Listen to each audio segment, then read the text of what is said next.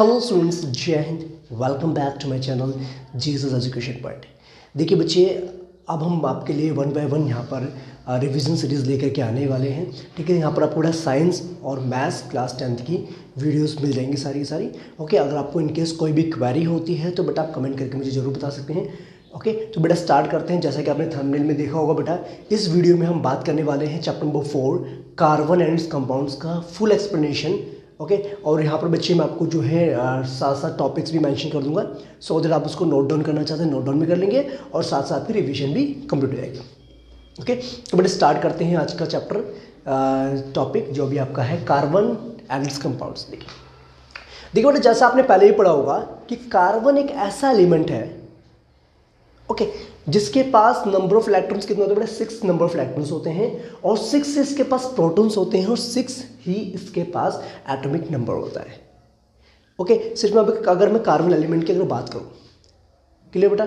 Okay, अब आपको बच्चे पता होगा कार्बन एलिमेंट की जब आप बात कर रहे हैं तो उसके पास 6 प्रोटॉन है, 6 इसका एटॉमिक नंबर है, 6 इसके पास इलेक्ट्रॉन्स है। ओके, और देखा जाए तो बेटा इसके जो इलेक्ट्रॉनिक कॉन्फ़िगरेशन होगा वो ये होगा, फर्स्ट शेल में इसके पास 2 इलेक्ट्रॉन्स होंगे और सेकंड शेल में इसके पास 4 इलेक्ट्रॉन्स होंगे, जिसके वजह से इसको हम क्या कहते हैं बेटा? टेट्रावैलेंट बोलते हैं। क्यों बोलते हैं? क्योंकि इसका आउटरमोस्ट शेल में 4 इलेक्ट्रॉन्स प्रेजेंट है, जिसे हम कहते हैं बैलेंस इलेक्ट्रॉन। Okay, clear? अब बेटा आपने एक चीज़ देखी होगी कि जैसे आपने आयनिक कंपाउंड्स में पढ़ा था ना बेटा, आयनिक कंपाउंड्स में आपको पता होगा कि इलेक्ट्रॉन्स का ट्रांसफर होता है।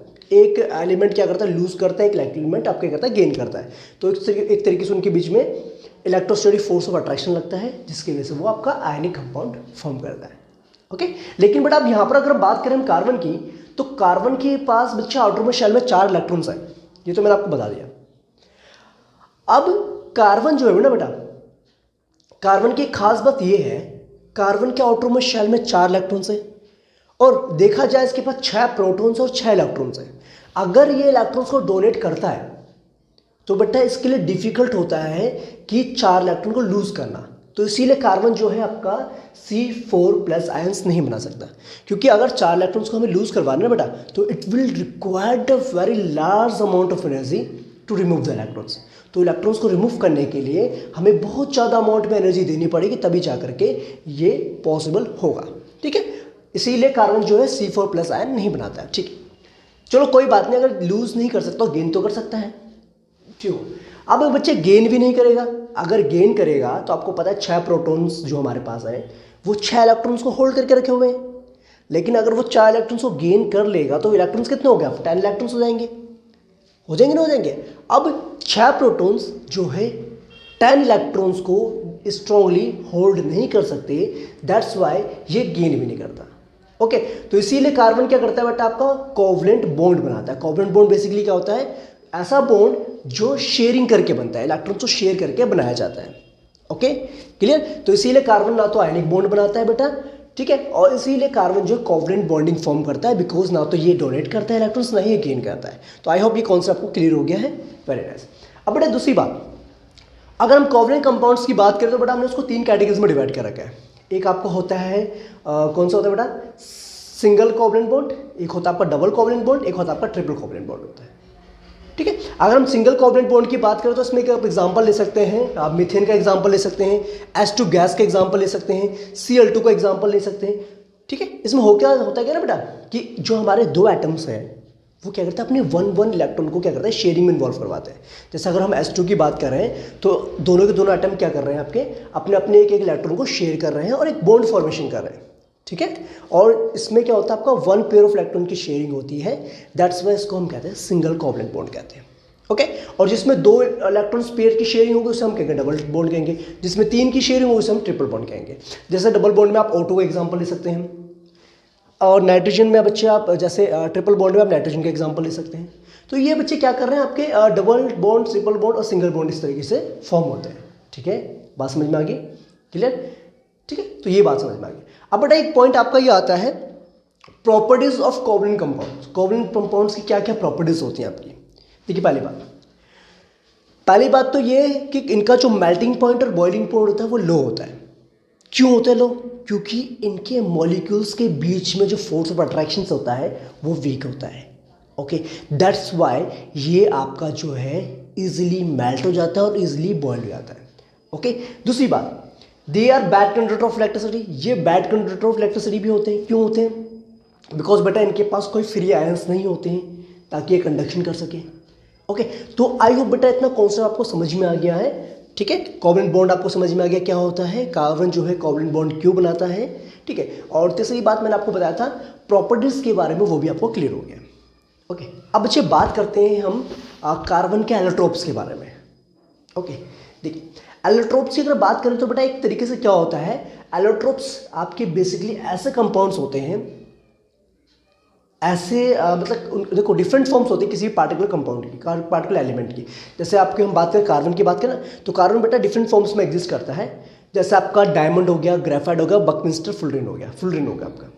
ओके, बेसिकली होता क्या है बेटा, इनकी जो केमिकल प्रॉपर्टीज होती है वो सेम रहती है, लेकिन इनकी फिजिकल प्रॉपर्टीज वेरी करती है एलोट्रोप्स की।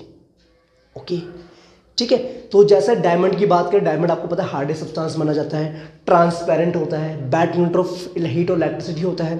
ठीक है, used for cutting, machinery parts वगैरह को कट करने के लिए यूज़ करते हैं हम इसको, गिलास को कट करने के लिए यूज़ करते हैं। और उसकी तरह ही बच्चा अगर हम बात करें ग्रेफाइट की, तो ग्रेफाइट भी कार्बन का ही एलोट्रोप है, लेकिन खास बात यह है कि ग्रेफाइट एक तो स्लिपरी होता है, गुड कंडक्टर ऑफ इलेक्ट्रिसिटी होता है आपका। ठीक है, और तीसरी बात इसका हेक्सागोनल स्ट्रक्चर होने की वजह से एक तरीके से बेटा क्या करता है ना आपका ये ना स्लिपरी, तो मैंने आपको बता ही दिया है। ठीक है, और स्मूथ भी होता है बेटा, सॉफ्ट स्मूथ भी होता है आपका। ठीक है, और एक होता है बेटा आपका बकमिंस्टर फुलरिन होता है, जो कि फुटबॉल की शेप होती है, जिसमें आपके 60 कार्बन एटम का एक कंपाउंड फॉर्मेशन करता है आपका। ओके, बड़ा बात समझ में आ गई आपको, क्लियर है, दैट्स गुड। अब बेटा ये बात तो आपको क्लियर हो गई है। ठीक है, अब मुद्दा आता है बेटा जो कार्बन आपका है वो इतना वर्सेटाइल क्यों है, मतलब कार्बन जो है मिलियंस ऑफ कंपाउंड्स क्यों फॉर्म कर रहा है, क्या ऐसी खास बात है कार्बन के पास जिसके वजह से ये बहुत सारे कंपाउंड्स को फॉर्मेशन करने में हेल्प करता है। तो बेटा मैं आपको बता दूं कार्बन के दो खास प्रॉपर्टी है, एक तो है कैटेनेशन, एक है टेट्रावैलेंसी। कैटेनेशन का मतलब होता है, क्या होता है बेटा कैटेनेशन का मतलब, कैटेनेशन बेसिकली एक प्रॉपर्टी है कार्बन की to form long chain branches, multiple bonds और एक तरीके से रिंग फॉर्मेशन करना। ठीक है, it is a property of carbon to form long chain branches, rings, multiple bonds by sharing of electron. Okay, तो बेसिकली क्या करता है बेटा, कार्बन की एक प्रॉपर्टी होती है जिसके वजह से शेयरिंग करके वो बड़ी बड़ी ब्रांचेस बनाता है, बड़ी बड़ी रिंग्स बनाता है, बड़ी बड़ी एक तरीके से चेन बनाता है। ठीक है, तो उसे कहते हैं हम कैटेनेशन। कैटेनेशन एक प्रॉपर्टी होती है जिसकी वजह से इतने सारे बॉन्ड फॉर्मेशन कर पाता है। ठीक है, अगर हम मल्टीपल बॉन्ड्स की बात करें तो मल्टीपल बॉन्ड्स में आपको पता होगा डबल बॉन्ड और ट्रिपल बॉन्ड की हम बात कर रहे हैं। ठीक है, क्लियर बात है बेटा, बात समझ में आती है, वेरी नाइस। अब बात करते हैं बेटा एक और प्रॉपर्टी टेट्रावैलेंसी की। देखो कार्बन की जो टेट्रावैलेंसी प्रॉपर्टी है ना बेटा, टेट्रा मीन्स 4, वैलेंसी मीन्स हो गया आउटरमोस्ट शेल के इलेक्ट्रॉन्स। ठीक है, अब 4 आउटरमोस्ट इलेक्ट्रॉन होने की वजह से उसको हम टेट्रावैलेंट कहते हैं, जिसकी वजह से क्या करता है बेटा ये 4 के साथ बॉन्डिंग बना सकते हैं। और ऐसे बॉन्डिंग बनाते क्या करता है, एक के साथ 4 बॉन्ड, फिर 4 के साथ एक के साथ फिर 4 बॉन्ड, ऐसे करते ये बहुत सारी लंबी चेन्स फॉर्मेशंस कर सकता है आपका। ठीक है, क्लियर बात समझ में आ गई बेटा। इसीलिए कार्बन जो वर्सेटाइल नेचर का होता है, इसीलिए कार्बन जो है बहुत सारे कंपाउंड्स फॉर्मेशन कर सकता है। ठीक है, ओके।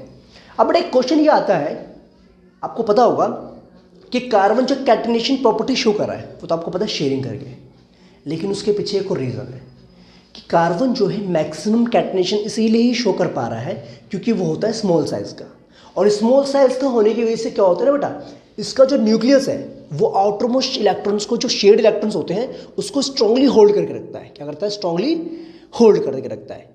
ठीक है, इसीलिए ये बहुत सारे बॉन्ड फॉर्मेशन करने में हेल्पफुल होता है। और दूसरी बात स्टेबल बॉन्ड भी बना पाता है, और तीसरी कंडीशन स्ट्रॉन्ग बॉन्ड बना पाता है। ओके, बात समझ में आ गई। तो कार्बन जो है स्ट्रॉन्ग बॉन्ड बनाता है, स्टेबल बॉन्ड बनाता है और मैक्सिमम कैटेनेशन शो करता है because of small size. Okay, तो आई होप ये कॉन्सेप्ट अभी आपको समझ में आ गया। डन होगी बेटा, बात क्लियर है, वेरी नाइस। अब बेटा आगे बढ़ते हैं टॉपिक पे। तो बेटा आपने एक वर्ड सुना होगा हाइड्रोकार्बन्स, सुना होगा हाइड्रोकार्बन्स। तो हाइड्रोकार्बन्स नाम से समझ में आ रहा है बेटा हाइड्रोजन प्लस कार्बन्स, मतलब ऐसे कंपाउंड्स जो मेनली आपके हाइड्रोजन और कार्बन से ही मिलके बने हुए हैं, उनको हम क्या कहते हैं, हाइड्रोकार्बन्स कहते हैं। ठीक है, इनको बेटा हमने दो कैटेगरीज में डिवाइड कर रखा है, एक होता है सैचुरेटेड हाइड्रोकार्बन्स, एक होता है आपका अनसैचुरेटेड हाइड्रोकार्बन्स। अब सैचुरेटेड में भी बात आती है बेटा आपकी सिंगल बॉन्ड कार्बन कंपाउंड्स, और अनसैचुरेटेड में आपके दो कैटेगरीज होती हैं, डबल बॉन्ड और ट्रिपल बॉन्ड वाले होते हैं। क्लियर बेटा, बात समझ में आ गई? आप सुनना बेटा, आगे सुनते, ये बात समझ में आनी चाहिए आपको। देखो आप तो ध्यान से, सिंगल बॉन्ड वाले जो कंपाउंड्स हमारे होते हैं उनको हम कहते हैं एल्केन्स कहते हैं। क्या कहते हैं? एल्केन्स। क्या कहते हैं? एल्केन्स कहते हैं। और डबल बॉन्ड वालों को हम कहते हैं एल्कीन्स कहते हैं, और ट्रिपल बॉन्ड वालों को हम कहते हैं एल्काइंस कहते हैं। ओके, और अगर आप बेटा जनरल फॉर्मूले की बात करें कि अगर कोई भी आपको एल्केन फैमिली का कंपाउंड गिवन है तो उसका जनरल फॉर्मूला होता है CnH2n+2 होता है। जैसे बेटा होता है मैथ्स में कुछ जनरल फॉर्मूलाज होते हैं आपके, वैसे ही यहाँ पर भी कुछ जनरल फॉर्मूलाज होते हैं अलग अलग कंपाउंड्स के। ठीक है बेटा, तो एल्केन्स का आपको समझ में आ गया, जिसमें अगर आप बच्चे n नंबर ऑफ कार्बन अगर है तो उसमें जो हाइड्रोजन एटम्स होंगे वो होंगे कार्बन एटम्स के डबल से 2 ज़्यादा होंगे। ठीक है, और एल्कीन्स में क्या होंगे? CnH2n होंगे, यानी जितने आपके कार्बन एटम्स उसके डबल क्या होंगे? हाइड्रोजन एटम्स होंगे। और एल्काइंस में क्या होता है बेटा आपका, जितने कार्बन एटम्स होंगे उसके डबल से 2 कम हाइड्रोजन एटम्स होंगे, यानी कि CnH2n-2 होगा। क्लियर, समझ में आती है? Very nice, that's good. Okay, अगर क्वेरी हो, समझ नहीं आ रहा है तो बेटा कमेंट जरूर करें। ओके, और कुछ सजेशन देना हो तो वो भी आप मुझे बता सकते हैं। इतनी बात क्लियर? Very nice. अब बेटा ये बात तो क्लियर हो गई है, ठीक है, इतनी बात तो आपको समझ में आ गई है। एल्कीन समझ में आ गया, एल्कीन समझ में आ गया, एल्काइंस फैमिली आपको समझ में आ गया, दैट्स गुड। अब बेटा आपने देखा, मैंने बताया था आपको कि कार्बन जो है वो बहुत सारी ब्रांचेस फॉर्म करता है, रिंग्स फॉर्मेशन करता है, कार्बन कंपाउंड्स बनाता है ना, रिंग की फॉर्म में या ब्रांचेस की फॉर्म में। अब बेटा एक प्रॉपर्टी यहाँ पर आती है, एक आपने सुना होगा आइसोमर्स के बारे में सुना होगा। ठीक है, आइसोमर्स क्या होते हैं बेटा? आइसोमर्स ऐसे कंपाउंड्स होते हैं जिनका केमिकल फॉर्मूला यानी कि मॉलिक्यूलर फॉर्मूला तो सेम होता है, लेकिन स्ट्रक्चर उनका डिफरेंट होता है। क्या होता है? स्ट्रक्चर उनका डिफरेंट होता है। जैसे अगर बेटा हम बात करें ब्यूटेन की बात करें तो ब्यूटेन जो है बेटा आपका इस तरीके से आपके स्ट्रक्चर शो करेगा। ठीक है, ब्रांचेस की फॉर्म में भी और चेन की फॉर्म में भी। ओके, और वैसे अगर हम पेंटेन की बात करें तो पेंटेन्स भी बेटा कुछ इस तरीके से, पता देखो फॉर्मूला तो सेम रहेगा लेकिन इनके जो स्ट्रक्चर होंगे वो डिफरेंट रहेंगे। वैसे बेटा हेक्सेन भी आपको डिफरेंट स्ट्रक्चर शो करेगा अलग अलग पोजीशंस में, देखो इस तरीके से कंडीशंस। ओके, ठीक है, तो ये बेसिकली क्या आइसोमर्स है? आइसोमर्स मतलब होता है having the same molecular formula but different structures. कभी कभार पूछ लेते हैं बेटा ब्यूटेन के आइसोमर्स बनाइए, ठीक है, या फिर आप क्या कहते हैं तरीके से हेक्सेन के बनाइए, पेंटेन के बनाइए, तो आपको पता होना चाहिए कि एक्चुअल में आइसोमर्स होता क्या है। ठीक है, इनको स्ट्रक्चर आइसोमर्स भी आप बोल सकते हैं, नो प्रॉब्लम, दैट्स गुड। ठीक है, क्लियर बात होगी, वेरी नाइस। अब बेटा एक आपकी बात आती है यहाँ पर मतलब रिंग की बात अगर करें, किसकी बात करें? रिंग फॉर्मेशंस की बात करें तो रिंग में बेटा होता क्या है ना, देखो रिंग में कुछ नहीं होता एक तरीके से, जैसे आपने बच्चे देखोगे ना, जैसे आप पॉलीगन्स पढ़ते थे छोटी क्लास में मैथ्स में, तो वैसे ही बेटा अगर हम कार्बन कंपाउंड्स को रिंग की फॉर्म में कन्वर्ट कर दें तो आपके पास अलग अलग टाइप की रिंग्स आ जाएगी। देखो जैसे आपके पास होगी 3 कार्बन की रिंग होगी, 4 कार्बन की रिंग्स हो सकती है, 5 की हो सकती है, 6, 7, 8, इस तरीके से 100 कितनी भी कार्बन की रिंग आप बना सकते हैं, साइक्लिक रिंग बना सकते हैं। ठीक है, ओके, और अगर हम बात करें बच्चे यहाँ पर, अगर हम बात करें बेंजीन रिंग, देखो बेटा बेंजीन रिंग यहाँ पर बहुत ज़्यादा इंपॉर्टेंट रोल प्ले करती है, जिसमें आपके 3 क्या डबल बॉन्ड है और बाकी क्या है इसमें सारे सिंगल बॉन्ड है, कार्बन कार्बन के बीच में और कार्बन हाइड्रोजन के बीच में।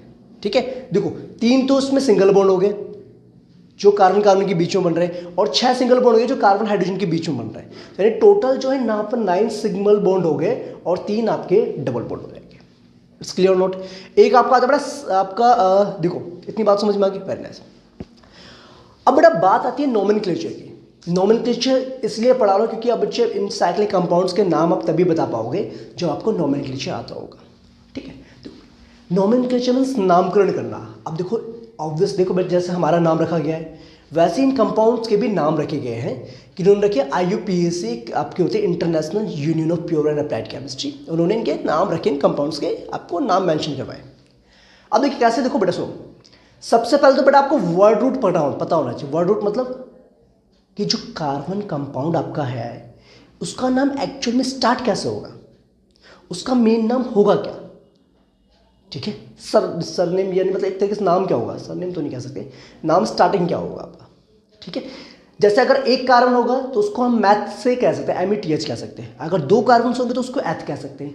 3 कार्बन के लिए हम प्रोप कह सकते हैं, 4 के लिए ब्यूट, 5 के लिए पेंट, 6 के लिए हेक्स और आपके 7 के लिए हेप्ट, और ऐसे बेटा 8 के लिए ऑक्ट, 9 के लिए नॉन, डेक और 10 के लिए डेक। हम इस तरीके से यूज़ कर सकते हैं। बाकी बेटा नोमेनक्लेचर के बारे में अगर आपको पढ़ना हो तो डीपली पढ़ने के लिए आपको क्लास 11th में पढ़ेंगे इसके बारे में आप डीपली, ठीक है। अभी आपको फिलहाल इतना ही पढ़ना है जो मैं आपको समझा रहा हूँ यहाँ पर, ठीक है। वेरी गुड, इतनी बात समझ में आएगी। अब बेटा अगर वो एल्केन्स फैमिली से बिलोंग करता है, एल्केन्स फैमिली मैंने आपको बताया था क्या होता है, जिसमें कार्बन कार्बन के बीच में सिंगल बॉन्ड एग्जिस्ट करता है। तो एल्केन्स फैमिली से बिलोंग करता है, तो अगर आपका मैथ की बात कर रहे हैं और मीथेन मुझे बनाना है तो क्या होगा बच्चे, मीथेन मतलब कि एक कार्बन और बाकी जगह पे आपने उसके हाइड्रोजन को प्लेस कर देना है। आपको बस एक चीज़ का ध्यान रखना है, कार्बन के साथ 4 बॉन्ड बनने चाहिए। ओके, क्लियर करें। अगर मैंने आपसे बोला मैंने एल्केन्स फैमिली की ही मैं बात कर रहा हूँ, मैंने आपको बताया जनरल फॉर्मूला CnH2n+2 होता है। अगर मैंने आपसे बोला हेक्स नाम का कार्बन मुझे पता है, हेक्सेन बनाना मुझे, तो हेक्सेन में आपको पता है कितने कार्बन होंगे, 6 कार्बन होंगे। तो उसके अकॉर्डिंग हाइड्रोजन कितने होने चाहिए, 6 2 12 + 2 14 हाइड्रोजन होने चाहिए, ठीक है। यानी कि C6H14 is the formula of hexane. Okay बेटा, बात समझ में आ गई।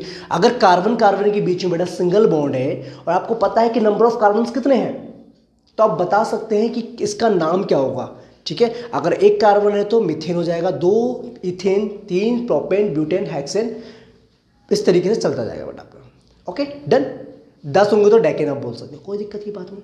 और वैसे अगर बेटा साइक्लिक रिंग होती, अगर 3 कार्बन की रिंग होती ना बेटा, तो उसके नाम के आगे ना साइक्लो लग जाता है, प्रीफिक्स लग जाता है साइक्लो, ओके। और बाद में पूरा नाम आ जाता है। अगर 3 कार्बन तो क्या बनेगा, साइक्लोप्रोपेन, ठीक है। अगर 4 कार्बन की रिंग है तो उसका नाम बनेगा साइक्लोब्यूटेन, सिंगल बॉन्ड की बात करूं मैं भी। 5 कार्बन की रिंग है तो उसको पढ़ेंगे हम साइक्लोपेंटेन, 6 कार्बन की रिंग है तो साइक्लोहेक्सेन, 7 कार्बन की रिंग तो साइक्लोहेप्टेन, ठीक है बेटा। बात समझ में आ रही है। और रिंग बनाने के लिए बेटा मिनिमम 3 कार्बन तो होने ही चाहिए। 2 कार्बन की रिंग कैसे बना लोगे आप, या 1 कार्बन की रिंग कैसे बना लोगे, ओके। इसीलिए साइक्लोमीथेन और साइक्लोइथेन फॉर्मेशन नहीं हो सकता, ठीक है बेटा। बात क्लियर, वेरी नाइस, इतनी बात क्लियर होगी। अब बेटा अगर हम एल्कीन्स की बात करें, ईन्स की बात करें, तो आपको पता है इसमें डबल बॉन्ड लगता है कार्बन कार्बन के बीच में, ओके।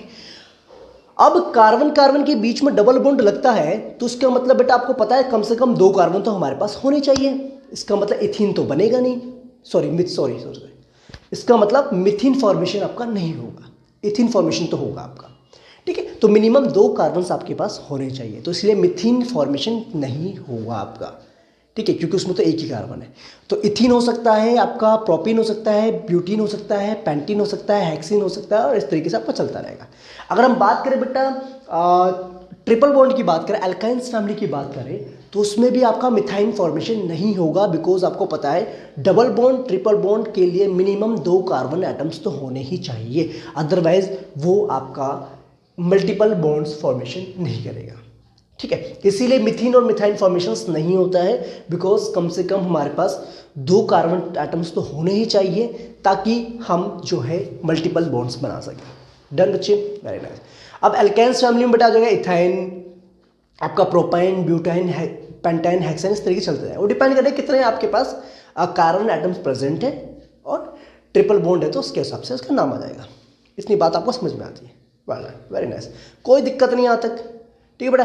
अगर आपको कोई भी क्वेरी हो तो बेटा कमेंट जरूर करें, ठीक है। आप कंटिन्यू करेंगे, हम बात करेंगे फंक्शनल ग्रुप्स होमोलोगस सीरीज की, ओके। समझ में आ गई। अब बात करते हैं बेटा, देखो फंक्शनल ग्रुप्स की बात करते हैं। फंक्शनल ग्रुप्स होते क्या, देखो नाम से समझ में आ रहा है बेटा, फंक्शनल ग्रुप्स जो फंक्शनैलिटी उसकी प्रॉपर्टी को जो चेंज कर देता है आपका, ठीक है। तो बेसिकली बेटा ये क्या होते हैं, आपके एटम्स होते हैं और ग्रुप्स ऑफ एटम्स होते हैं, ठीक है, जो क्या करते हैं एक तरीके से हाइड्रोजन को रिप्लेस करके उसकी जगह पे आ जाते हैं और उसकी प्रॉपर्टी को चेंज कर देते हैं, उसकी फिजिकल प्रॉपर्टीज और उसकी केमिकल प्रॉपर्टीज को क्या करते थे, चेंज कर देते हैं, ओके। और ये बेटा एक तरीके से हेटेरो एटम के थ्रू भी अटैच हो सकते हैं, जैसे OH हो गया आपका, ठीक है, ये ओके।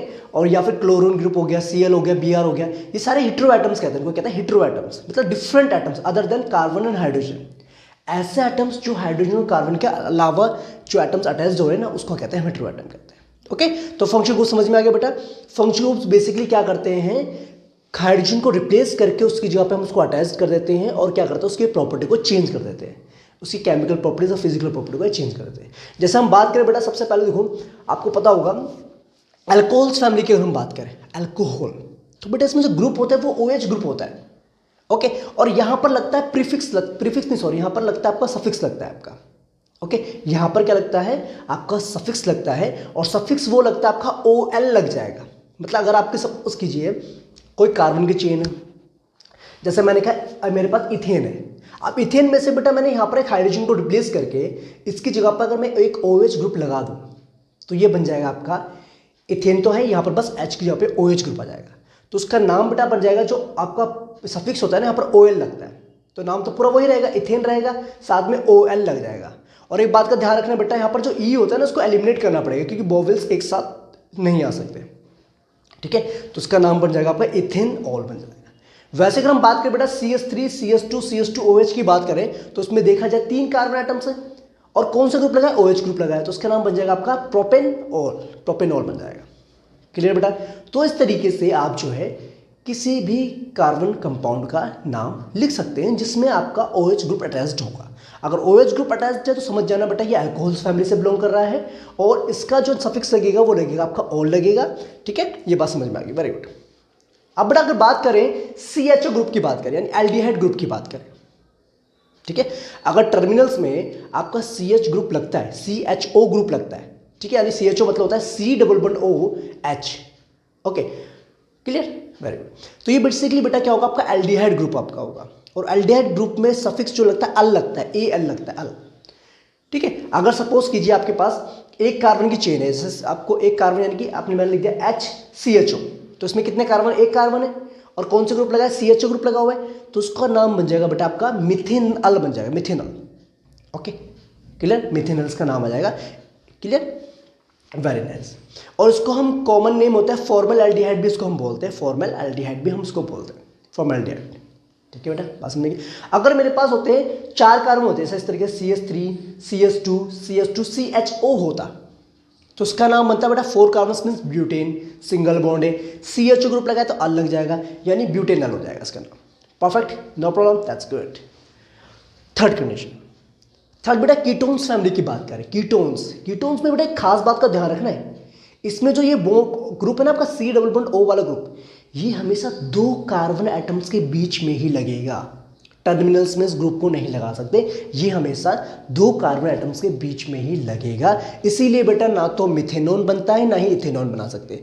तो कहाँ से स्टार्ट होगा, प्रोपेनॉन से स्टार्ट होगी कीटोन्स फैमिली आपकी, ओके, यानी कि CH3 बीच में फिर C++O आ रहा है, फिर CH3 आ रहा है, कितने कार्बन से, 3 कार्बन से, नाम क्या बनेगा, प्रोपेन, ठीक है, लेकिन यहाँ पर C++O ग्रुप आ रहा है तो ऑन लग जाएगा लास्ट में, ठीक है, ग्रुप का जो नाम होगा ना बेटा, मतलब सफिक्स जो लगेगा वो ONE1 लग जाएगा आपका, तो बन जाएगा प्रोपेनॉल बन जाएगा। अगर 4 कार्बन की चेन है, जैसे मैंने कहा CH3 CH2 फिर C++O आ रहा है आपका, फिर CH2 आ रहा है, सॉरी फिर CH3 आ रहा है आपका, ठीक है, तो इसमें 4 कार्बन एटम्स है, और C++O ग्रुप आने की वजह से इसकी फैमिली बन जाएगी कीटोन्स फैमिली, तो ये बन जाएगा आपका ब्यूटेनॉल बन जाएगा, ब्यूटेनॉल, परफेक्ट है, नो प्रॉब्लम, दैट्स गुड, ठीक है बेटा। और बेटे जो आपका है ना, क्या नाम है आपका,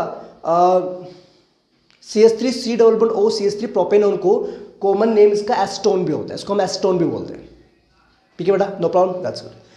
अब बेटा आगे बढ़ते हैं हम, अब यहाँ पर एक कॉन्सेप्ट आपका आता है बेटा कार्बोक्सिलिक एसिड वाला ग्रुप, C++O फिर OH आएगा, OH आएगा आपका, ठीक है, ये देखो C++O COOH, ठीक है, तो ये हमारा हो गया कार्बोक्सिलिक ग्रुप आपका हो गया। अगर कार्बोक्सिलिक ग्रुप लगा हुआ COOH अगर ग्रुप लगा हुआ है कहीं पर भी टर्मिनल्स पे, तो उसका मतलब समझ जाना कार्बोक्सिलिक एसिड फैमिली से बिलोंग करता है। और इसमें जो बेटा नाम जो लगता है, सफिक्स जो लगता है आपका, वो लगता है ओइक एसिड लगेगा, क्या लगेगा नाम आपका, ओइक एसिड। जैसे देखो बेटा, अगर मैं बात करूं HCOOH की बात करूं, इसमें एक कार्बन है, ठीक है, और एक कार्बन है, तो उसको पढ़ेंगे हम मिथेनोइक एसिड पढ़ेंगे इसको बेटा, ठीक है। अगर 2 कार्बन जैसे CH3 COOH है, तो यह बनेगा आपका इथेनोइक एसिड, जिसको हम एसिटिक एसिड भी बोलते हैं कॉमन नेम में। अगर वैसे बेटा मेरे पास अगर इस तरीके से होता है आपका CH3 CH2 COOH होता है आपके पास, तो इसका नाम बन जाता है आपका 4 कार्बन है, तो उसका नाम बन जाता है ब्यूटेनोइक एसिड बन जाता है, परफेक्ट, नाम समझ में आ रही है? That's good. ठीक है, नहीं समझ आएगा तो बेटा कमेंट करके जरूर जाए। ठीक है, वेरी नाइस। अब चलो बेटा आ गया, इतनी बात समझ में आ गई। इसमें जो बेटा हेटेरो एटम लगा था वो ऑक्सीजन के थ्रू अटैच था ना यहाँ पर। ठीक है, जैसे OH हो गया, COOH ग्रुप आपका हो गया, ठीक है, CHO ग्रुप हो गया, कीटोन्स फैमिली वाला ग्रुप हो गया, ये आपको समझ में आ गया। अब बेटा अगर हम बात करें हैलोजेंस फैमिली की बात करें, हैलोजन जैसे क्लोरो, ब्रोमो, आयोडो, ये सब जो आपके आते हैं। ठीक है, अगर Cl ग्रुप लगा हुआ है तो उसमें बेटा प्रीफिक्स लगता है, सफिक्स नहीं लगता, प्रीफिक्स लगता है, और बाकी नाम पूरा वैसे रहता है। जैसे फॉर एग्जांपल मैंने यहाँ लिखा CH3Cl लिखा तो उसका नाम बन जाएगा क्लोरो मीथेन। ठीक है, अगर CH3CH2Br लिखा तो उसका नाम बन जाएगा ब्रोमो इथेन बन जाएगा। ओके, मीन्स यहाँ पर जो क्लोरीन लगा हुआ है, ब्रोमीन लगा हुआ है, इनका प्रीफिक्स लगता है, बाकी नाम आपका एज इट इज लिखा जाता है। ओके, तो आई होप बेटा ये सारे फंक्शनैलिटी ग्रुप आपको समझ में आ गए होंगे, फंक्शन ग्रुप्स के बारे में। ठीक है, इनका नॉमेनक्लेचर भी आपको क्लियर हो गया होगा। डन। ठीक है, कोई भी क्वेरी हो तो बेटा आप जरूर बताएं। ठीक है, तो आई थिंक इतना तो कोई दिक्कत नहीं कर रहा होगा आपको अभी तक फिलहाल। Very nice. अब बेटा अगली तरफ बढ़ते हैं, हम आप बात करते हैं होमोलोगस सीरीज की बात करते हैं। किसकी बात करते हैं? Homologous series. देखो, होमोलोगस सीरीज बेसिकली क्या होती है? ऐसी सीरीज होती है कंपाउंड्स की, कार्बन कंपाउंड्स की, जो सेम फैमिली से बिलोंग करते हैं, सेम फैमिली से बिलोंग करते हैं। मतलब अगर मैं बात करूँ अल्कोहल्स की तो अल्कोहल्स फैमिली के ही होंगे सारे मेंबर, कीटोन्स की बात तो कीटोन्स फैमिली के सारे मेंबर्स होंगे, एल्केन्स की बात तो एल्केन्स फैमिली के सारे मेंबर्स होंगे। मीन्स कहने का मतलब ये है सब में फंक्शन ग्रुप सेम होने चाहिए, having the same function groups. दूसरी बात, इनकी बड़ा केमिकल प्रॉपर्टीज होती है वो सेम होती है, लेकिन इनकी फिजिकल प्रॉपर्टीज डिफरेंट होती है। तीसरी बात, इसमें बेटा हर एक जो ग्रुप होता है ना, हर एक जो आपका कंपाउंड होता है, नेक्स्ट वाला जो होता है सक्सेसिव कंपाउंड, वो सिर्फ CH2 ग्रुप से ही डिफर करता है। मतलब जैसे अगर हम एल्केन्स फैमिली की बात करें तो पहले आपका मीथेन हुआ, फिर आपका इथेन हुआ, तो उसमें फ़र्क क्या है? सिर्फ आपका एक कार्बन बढ़ जाता है और 2 हाइड्रोजन एटम्स बढ़ जाते हैं, यानी कि 14 यूनिफाइड मास इसका जो है बढ़ जाता है, जिसकी वजह से इसकी फिजिकल प्रॉपर्टीज़ में चेंज आता है। ठीक है, यानी कि इसका बॉइलिंग पॉइंट में चेंज आता है, सॉल्युबिलिटी में चेंज आ जाता है। ठीक है बेटा, तो ये चीज़ आपने ध्यान रखनी है, इससे कोई दिक्कत की बात नहीं है। ठीक है, तो ये बात आपने ध्यान रखी। होमोलोगस सीरीज मतलब हो गया जो एक ही फैमिली के मेंबर्स के होते हैं। अगर मैं अल्कोहल्स की बात करूँ तो सारे अल्कोहल फैमिली से ही बिलोंग करेंगे, जैसे मिथेनॉल, इथेनॉल, प्रोपेनॉल, ब्यूटेनॉल, इस तरीके से आपका हो गया। अगर मैं कीटोन्स फैमिली की बात करूँ सारे एक ही फैमिली से बिलोंग करेंगे, जैसे प्रोपेनॉन, ब्यूटेनॉल, हेक्सेनॉल, इस तरीके से आपको चलता रहेगा। ठीक है बेटा, बात में तो उनको कहते हैं होमोलोगस सीरीज, एक ही फैमिली के मेंबर्स, एक ही फैमिली से बिलोंग करने वाले सदस्य, जिनको हम कहते हैं होमोलोगस सीरीज कहते हैं।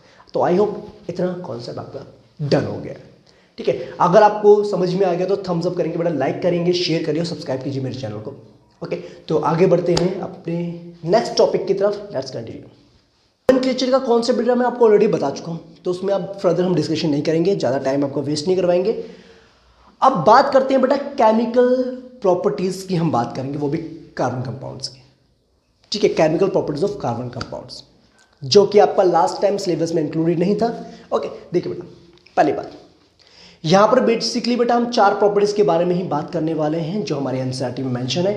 पहले तो हम कंबशन के बारे में बात करेंगे, सेकंड हम बात करेंगे ऑक्सीडेशन रिएक्शन की बात करेंगे, थर्डली बेटा हम बात करेंगे यहाँ पर एडिशन रिएक्शन की, जिसको हम कहते हैं मतलब हाइड्रोजनेशन कहते हैं हम यहाँ पर। ठीक है, चौथा हम बात करें बेटा यहाँ पर बात करेंगे सब्स्टिट्यूशन रिएक्शंस की बात करेंगे। ओके, तो हम यहाँ पर मेनली 4 टाइप के रिएक्शंस की ही बात करने वाले हैं। देखिए, पहली बात बेटा कंबशन। कंबशन नाम से ही आपको समझ में आ रहा होगा किसी चीज़ का जलना ऑक्सीजन के प्रेजेंस में।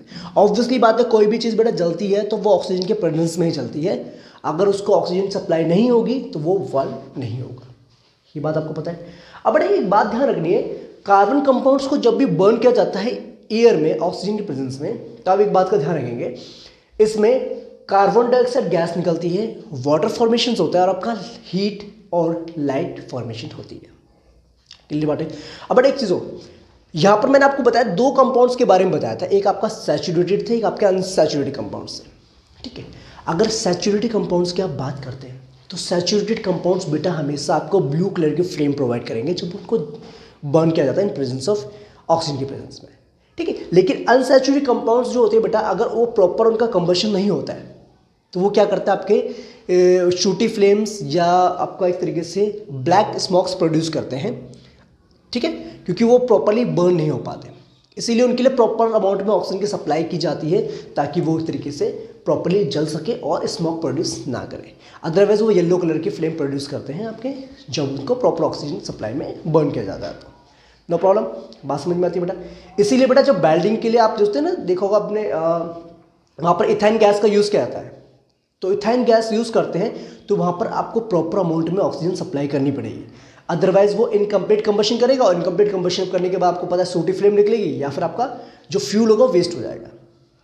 ठीक है, ये बात समझ में आएगी, वेरी नाइस। अब बेटा दूसरा टॉपिक आपका आता है ऑक्सीडेशन। ऑक्सीडेशन नाम को ही आपने सुना होगा फर्स्ट चैप्टर में। ऑक्सीडेशन का मतलब होता है एडिशन ऑफ ऑक्सीजन। मीन्स अगर किसी भी कंपाउंड को आप ऑक्सीडाइज करवा रहे हैं किसी एक ऑक्सीडाइजिंग रिएजेंट के थ्रू, तो इसका मतलब वो क्या करेगा, अपने साथ ऑक्सीजन को ऐड करेगा और अपने आप में ऑक्सीडाइज हो जाएगा। ठीक है, और एक एजेंट जो बेटा इनको ऑक्सीडाइज करने में मदद कर रहा है उसे कहते हैं हम ऑक्सीडाइजिंग एजेंट कहते हैं। ठीक है, कोई भी ऐसा सब्सटेंस या कोई भी ऐसे स्पीसीज जो इसको ऑक्सीडाइज करने में, किसी भी कंपाउंड को, सब्सटेंस को ऑक्सीडाइज करने में हेल्प कर रहा है, उसे हम कहते हैं ऑक्सीडाइजिंग एजेंट बोलते हैं।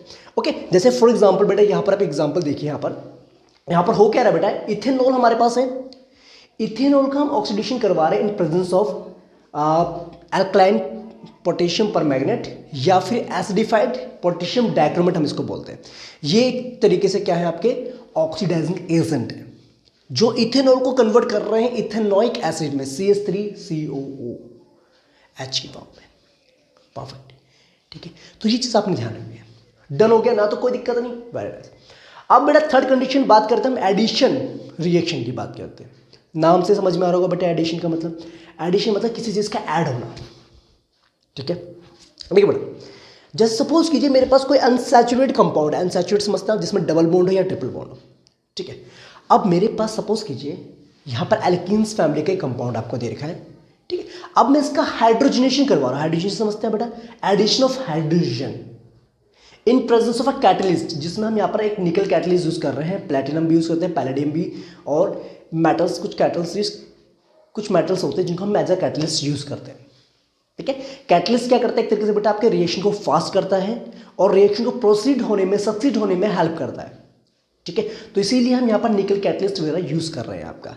ठीक है, जब हाइड्रोजनेशन करेंगे तो बेटा क्या होगा, यहाँ पर डबल बॉन्ड आपका ब्रेक होगा और वहाँ पर क्या होगा, आपका हाइड्रोजन जाके अटैच हो जाएंगे, यानी कि एल्कीन्स से यहाँ पर हम एल्केन्स फॉर्मेशन करवा रहे हैं। ओके, इसी प्रोसेस का यूज करके बेटा आपके वनस्पति घी वगैरह बनाए जाते हैं आपको पता होगा। ठीक है ना, जैसे आपने डालडा के बारे में सुना होगा, डालडा घी जो आपका आता था वो एक्चुअली में ना आपका हाइड्रोजनेशन प्रोसेस के थ्रू ही प्रिपेयर किया जाता था।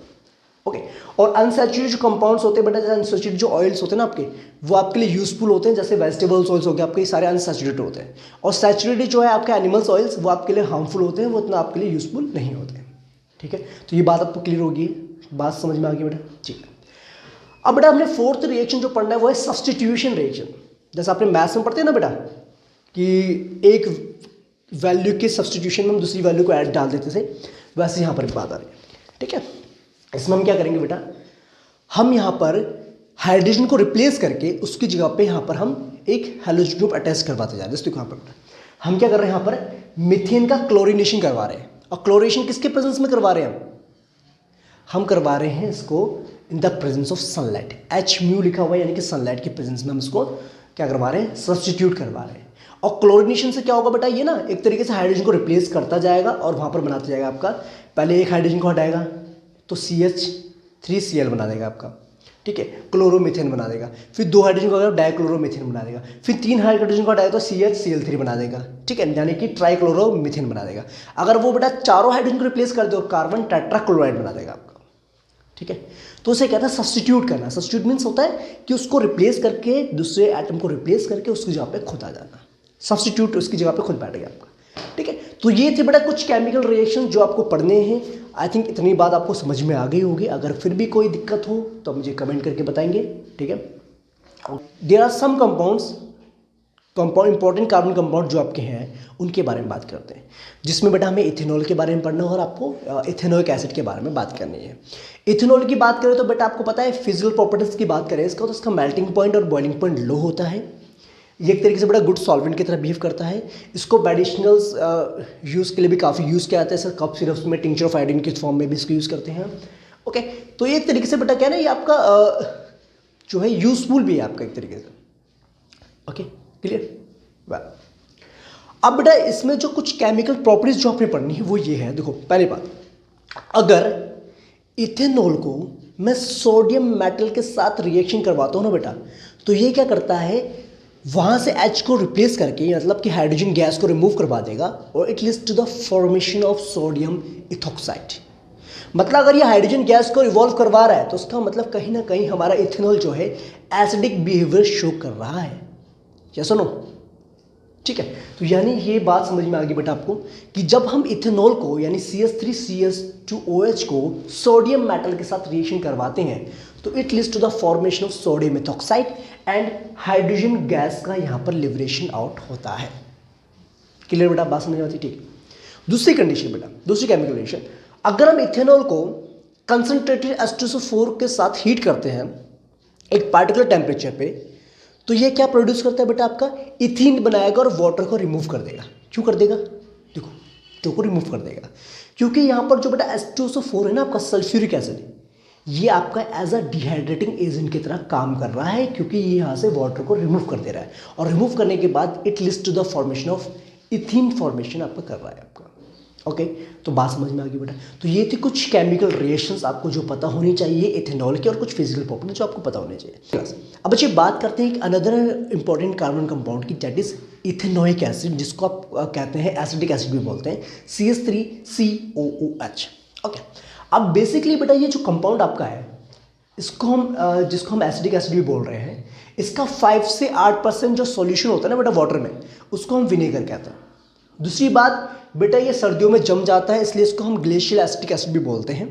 Okay, clear, very nice. अब बेटा इसकी अगर हम केमिकल प्रॉपर्टीज की बात करें तो सुनिए बेटा केमिकल प्रॉपर्टीज की बात। देखिए पहली बात, पहले बेटा यहां पर हम बात करते हैं एस्टरिफिकेशन की, मीन्स फॉर्मेशन ऑफ एस्टर। और वो बनता कैसे? देखो मेरे पास बेटा इथेनॉल है, इथेनॉल को मैं कार्बोक्सिलिक एसिड के साथ क्या कर रहा हूँ, रिएक्शन करवा रहा हूँ। इथेनॉल को मैंने कार्बोक्सिलिक एसिड में डाला in the presence of concentrated H2SO4, तो होगा क्या बेटा, यहाँ से जो आपका CH3COH है ना बेटा आपका और CH3CH2OH है, वहाँ से तो बेटा आपका H निकलेगा और यहाँ से आपका OH निकलेगा इथेनॉल से। तो आपको पता है बेसिकली जो H2SO4 हम ऐड कर रहे हैं यहाँ पर वो डिहाइड्रेटिंग एजेंट का काम करेगा, ये H2 को रिमूव कर देगा। ओके, और यहाँ पर एक बॉन्ड फॉर्मेशन होगा आपका CH3C_O फिर O CH2CH3, यानी कि एस्टर फॉर्मेशन आपका होएगा। ठीक है बेटा, बात समझ में आ गई। एस्टर बेसिकली बेटा आपका स्वीट स्मेलिंग प्रोड्यूस करता है और इसको हम फ्लेवरिंग एजेंट की तरह भी यूज करते हैं। क्लियर, बात समझ आ गई? That's good. अब बेटा एक और आपका रिएक्शन आता है जिसको हम कहते हैं saponification, means formation of soft formations के लिए हम यूज करते हैं इसको।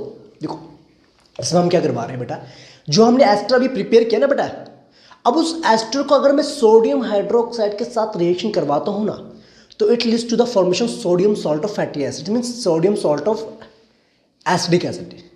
ओके, और साथ में इथेनॉल फॉर्मेशन कर देगा, इथेनॉल फॉर्मेशन कर देगा।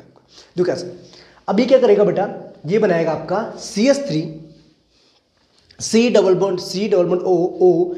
Na प्लस में CH3CH2OH बना देगा आपका, मीन्स सोडियम एसिटेट बनाएगा और साथ में इथेनॉल फॉर्मेशन करेगा। This process is known as saponification. जब हम एस्टर को सोडियम हाइड्रोक्साइड के साथ रिएक्शन करवाएंगे तो ये क्या करेगा, आपका सैपोनिफिकेशन रिएक्शन करवाएगा और सोडियम एसिटेट फॉर्म करेगा, यानी कि sodium salt of fatty acids या sodium salt of acetic acid. Done, that's good. इतनी बात समझ में आ गई बेटा, बात वेरी नाइस। अब आगे बढ़ते हैं। अब बेटा एक चीज और, जो हमारा इथेनोइक एसिड है ना बेटा, इसको अगर आप सोडियम कार्बोनेट के साथ रिएक्शन करवाते हैं तो ये बनाता है आपका सोडियम एस्टर तो बनाएगा, साथ में CO2 गैस प्रोड्यूस होगी और साथ में H2O फॉर्मेशन होगा।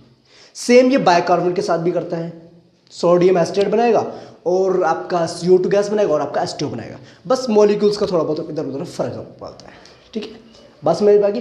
लेकिन जो इथेनॉल की बात करें तो बेटा इथेनॉल जो है आपका सोडियम कार्बन के साथ रिएक्शन नहीं करता है, ना ही सोडियम बाइकार्बोनेट के साथ रिएक्शन करता है।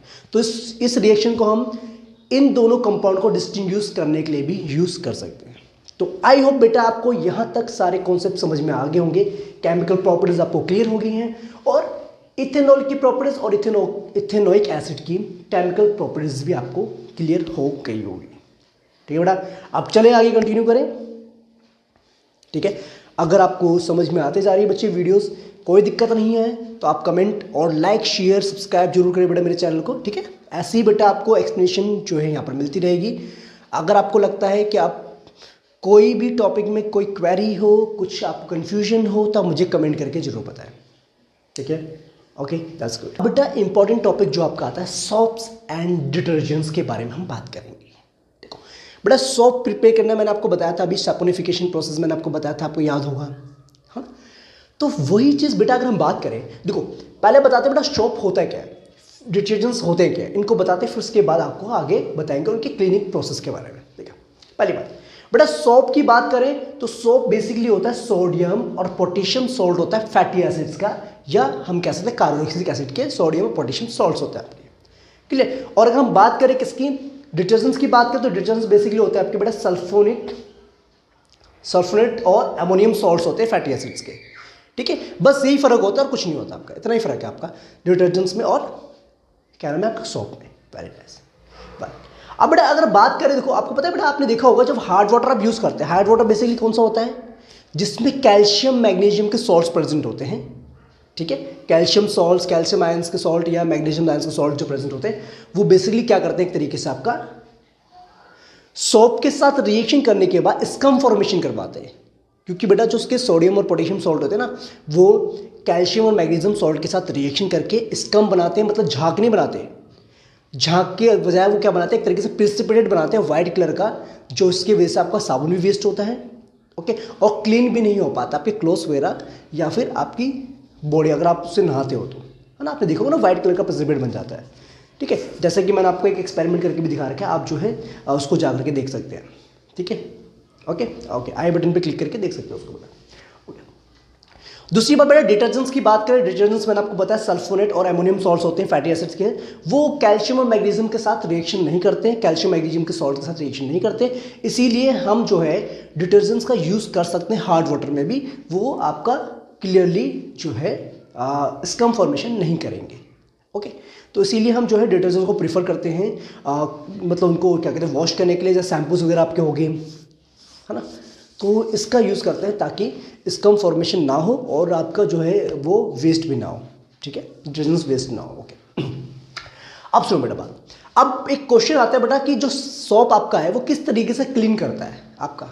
ठीक है, क्लीन किस तरीके से करता है क्लोथ्स को, या जैसे ऑयल लग गया, डस्ट लग गया, उसको कैसे रिमूव करता है, means cleaning action of soap. देखो बेटा, अगर मैं शॉप की बात करूँ तो शॉप में क्या होता है बेटा, उसमें दो पार्ट होते हैं आपका, एक तो होता है हाइड्रोफिलिक पार्ट होता है एक आपका, एक होता है हाइड्रोफोबिक पार्ट होता है। हाइड्रोफिलिक का मतलब होता है, फिलिक मीन्स होता है लविंग और फोबिक मीन्स होता है जो हेट करता है, मतलब उससे दूर भागता है। ठीक है, तो हाइड्रोफिलिक वाला जो पार्ट होगा बेटा वो किस तरफ होगा, पानी की तरफ होगा, और जो हाइड्रोफोबिक वाला पार्ट होगा वो बिल्कुल ऑयल की तरफ होगा या डस्ट की तरफ होगा। ठीक है, कार्बन वाला जो पार्ट होता है ना आपका। ओके, और सोडियम आयंस पोटेशियम वाला पार्ट आपको वाटर की तरफ होगा, जिसकी वजह से बेटा ये क्या करता है, एक तरीके से एक मिशेल्स फॉर्मेशन कर देता है, किसके चारों तरफ, डस्ट या ऑयल की तरफ, और धीरे धीरे धीरे करके वो डस्ट और ऑयल को वहाँ से जो है क्लोथ से रिमूव कर देता है और आपके क्लोथ्स को क्लीन कर देता है। ओके बेटा, तो ये था इसका प्रोसेस। आपको अगर लिखना है तो यहाँ से आप डायरेक्टली लिख सकते हैं। ठीक है, तो आई होप बेटा ये आपको चैप्टर पूरा डीपली समझ में आ गया होगा। बस बेटा इसमें इतना ही एक्सप्लेनेशन पार्ट था। अगर आपको फिर भी कोई डाउट लगे, कोई आपको टॉपिक में कन्फ्यूजन हो, तो मुझे कमेंट करके जरूर बता सकते हैं बेटा आप। ठीक है बेटा, तो मिलेंगे बेटा नेक्स्ट वीडियो में विथ न्यू चैप्टर में की बात करेंगे, जिसमें हम आपको डीपली एक्सप्लेन करेंगे। ठीक है, तब तक के लिए bye bye, take care and जय हिंद स्टूडेंट्स।